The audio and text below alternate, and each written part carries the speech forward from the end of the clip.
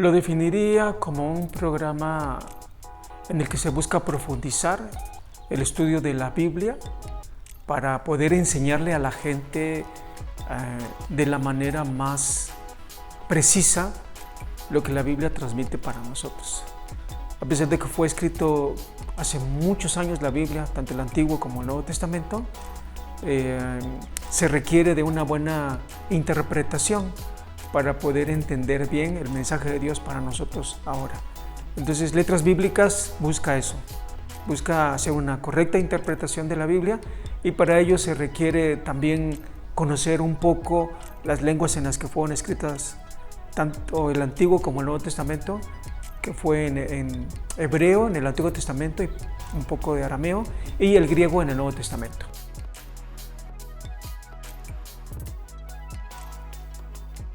Es relevante porque nos ayuda a comprender el texto aunque fue escrito en otro tiempo. Es relevante porque nos ayuda a traer ese mensaje que Dios dio en un momento determinado, en un espacio determinado, pero que es un mensaje que trasciende. Por lo tanto, es relevante para vivir nosotros lo que Dios quiere que vivamos. La relevancia de las letras bíblicas está en conocer a profundidad el mensaje del Señor para no solamente un pueblo judío en ese entonces, sino para el pueblo de ahora, es decir, para la Iglesia de Cristo.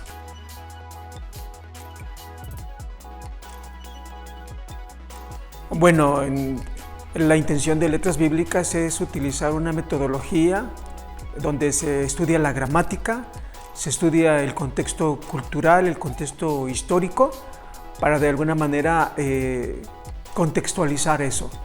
Entonces, si bien es cierto, estoy pensando que hay diferentes interpretaciones de un texto, nosotros nos tratamos de apegar lo más posible utilizando este método gramático, este método donde conocemos el contexto histórico, para tratar de no tergiversar la enseñanza principal de la palabra de Dios para nosotros.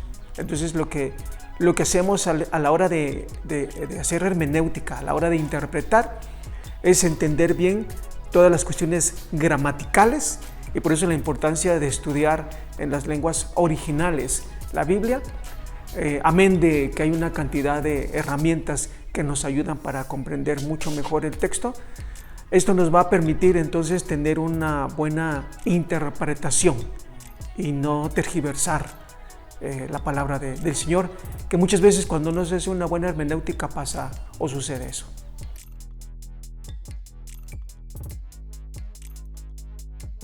Bueno, definitivamente que la principal oportunidad es el área de la pedagogía, el área de la enseñanza. Aquel que estudie letras bíblicas va a tener la oportunidad de enseñar. Enseñar en cualquier tipo de institución teológica, o aún en instituciones seculares donde se requiera de algo relacionado con letras bíblicas, puede enseñarse. Entonces, se va a desarrollar en el ámbito de la didáctica, de la pedagogía, de la enseñanza. Puede hacerlo a nivel profesional en alguna institución, o también puede hacerlo a nivel ministerial.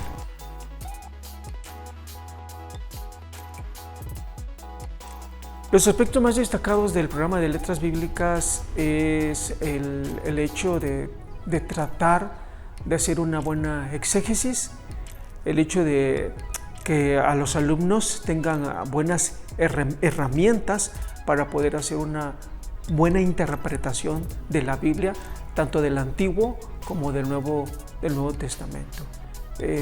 Y también el hecho de conocer otras formas. Por ejemplo, ahora, en este tiempo, hay diferentes tipos de hermenéuticas.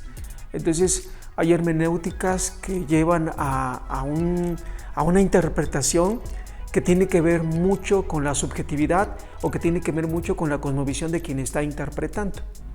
Por ejemplo, hay un pasaje en la Biblia en donde va un centurión y su siervo está enfermo. Entonces manda a alguien para que le diga a Jesús que pueda orar y pueda sanar a su siervo. Entonces la Biblia dice que el centurión quería mucho a su siervo. Entonces hay hermeneutas que interpretan ese pasaje diciendo que había una relación sentimental entre el centurión y el siervo porque lo quería mucho. Y es más, todavía más allá, porque el centurión dice, cuando va Jesús, le dice, no soy digno de que entres a mi casa.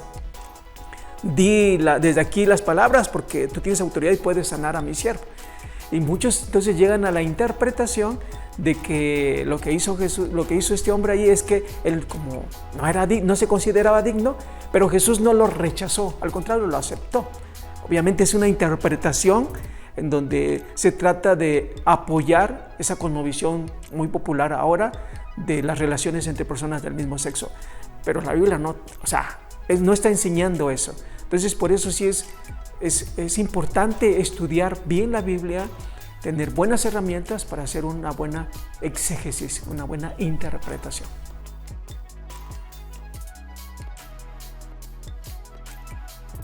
Ok, es de lo que estaba hablando hace rato, ¿no? De verdad hay muchos desafíos ahora, hay muchas hermenéuticas, hay muchas formas de interpretar la Biblia, y lo que va a determinar la interpretación es la cosmovisión o las presuposiciones filosóficas o inclusive teológicas que tengan aquellos que hacen hermenéutica. Entonces aquí el punto es, el desafío es ayudarle al estudiante, darle las mejores herramientas y que pueda también conocer las diferentes hermenéuticas con el fin de detectar sus errores y evitar caer en esos errores. La finalidad es hacer una hermenéutica bíblica, hacer una hermenéutica espiritual, obviamente quiero decir dirigidos por el Espíritu Santo, y hacer una hermenéutica lo más apegado a la palabra del Señor. Vuelvo a insistir, considerando el contexto cultural, el contexto histórico y sacando la palabra de Dios para aplicarla en nuestro propio contexto. Porque obviamente que la Biblia tiene muchos elementos culturales, pero el hecho de que en la Biblia vengan esos elementos culturales no implica que es una enseñanza por parte de Dios para nosotros en nuestra cultura.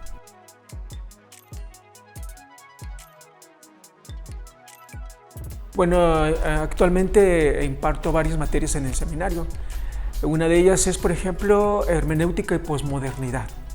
Y precisamente en hermenéutica y posmodernidad estudiamos lo que es el pensamiento o la filosofía posmoderna o la era posmoderna, cuál es la característica de esta era y analizamos un poquito el desarrollo de la posmodernidad y la influencia que tiene la posmodernidad dentro de la iglesia y también la influencia de la filosofía posmoderna dentro de la hermenéutica. Y como esa hermenéutica muchas veces se puede filtrar en la iglesia. Es amplio el tema, pero obviamente que la posmodernidad como la modernidad tiene aspectos positivos y aspectos negativos. Entonces lo que hacemos en esa materia es estudiar esos aspectos positivos, esos aspectos negativos y también cómo acercarnos a la gente que piensa de manera posmoderna. Otra materia que doy es pensamiento filosófico, también doy historia de la iglesia, doy hechos y evangelios y exégesis, por ejemplo, exégesis a las epístolas pastorales, exégesis a las cartas y al evangelio de Juan, entre otras materias más. Bueno, mi nombre es Gabriel Samuel Salazar Cruz y soy actualmente profesor de tiempo completo del seminario Lacey.